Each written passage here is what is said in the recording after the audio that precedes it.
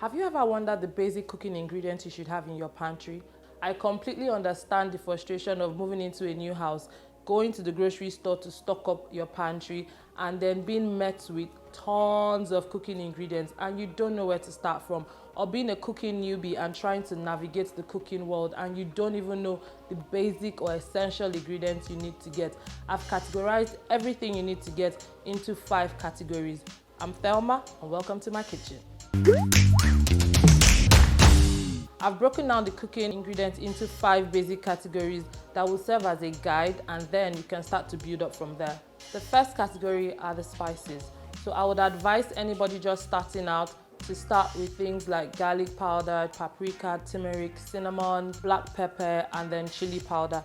The second category are flavor enhancers. Just like the name implies, it helps to enhance the flavor of the spices you have already used to season your dish. The 3 we have in this category are salt, MSG, or also known as monosodium glutamate, and soy sauce. You can choose to use dark soy sauce or light soy sauce. In case you're wondering the difference, light soy sauce is saltier and it adds more flavor, while dark soy sauce is generally thicker and is less salty.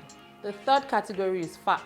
So in this category, you have things like your vegetable oil, your olive oil, and your butter. So typically you would use your vegetable oil to do lots of deep frying, your olive oil to do maybe not so much frying, but like use them for your salad dressings and marinades. You would use your butter to baste your chicken, to add a little more flavor to your food, and also to keep your food moist. Palm oil as well, which you typically use to cook your native soups or things like ofada sauce and even abacha. So in the fourth category, you have acids such as white vinegar, balsamic vinegar, apple cider vinegar, your limes, lemons, and even oranges come under this category as well. So typically you would use your vinegar to wash your vegetables, and it also helps to balance the flavor in dishes. And the last category, you have your sweeteners, where things like your honey, sugar, and even agave come under these categories. So typically you use things like sugar to sweeten your baked goods, or you can also use honey or agave in your oats or your teas to also make it sweet.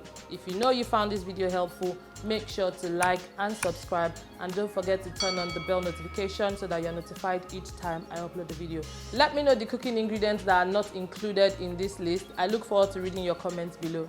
See you in my next one. Bye!